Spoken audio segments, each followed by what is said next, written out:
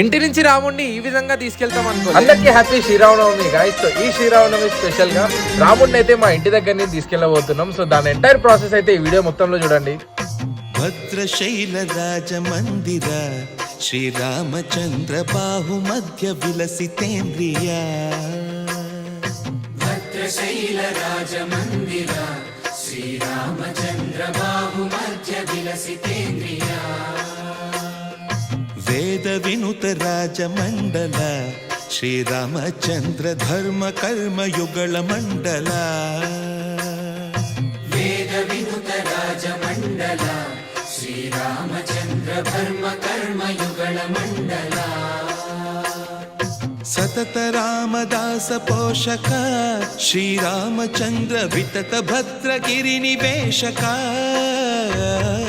భద్రశైల రాజ మందిర